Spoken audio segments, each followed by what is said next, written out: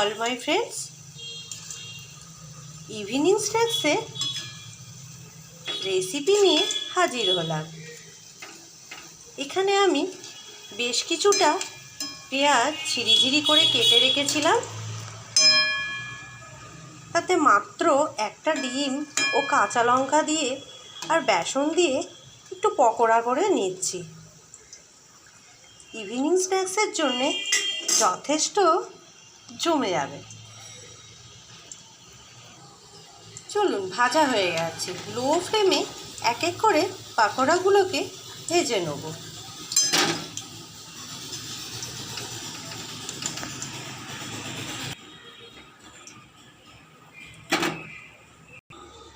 হাতে যদি খুব বেশি সময় না থাকে, এভাবে একটা ডিম আর 3-4টে পেঁয়াজ ঝিরিঝিরি করে কেটে বেসন, লঙ্কা আর জিরের গুঁড়ো দিয়ে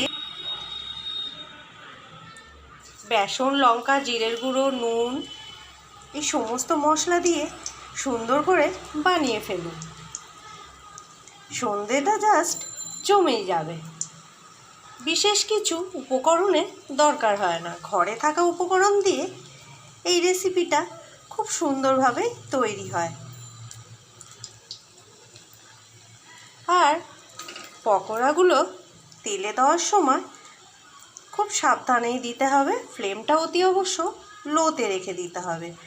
একেবারে যদি হাই ফ্লেম করা হয় তাহলে কিন্তু ওপর থেকে কালার এসে যাবে আর ভেতরটা কাঁচা থাকবে।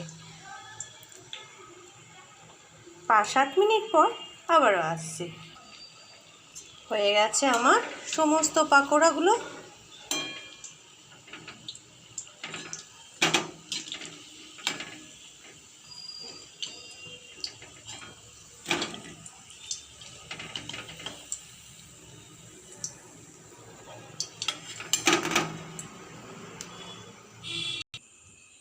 এই তো হয়ে গেছে আমার ইভিনিং স্ন্যাক্স এগ পাকোড়া।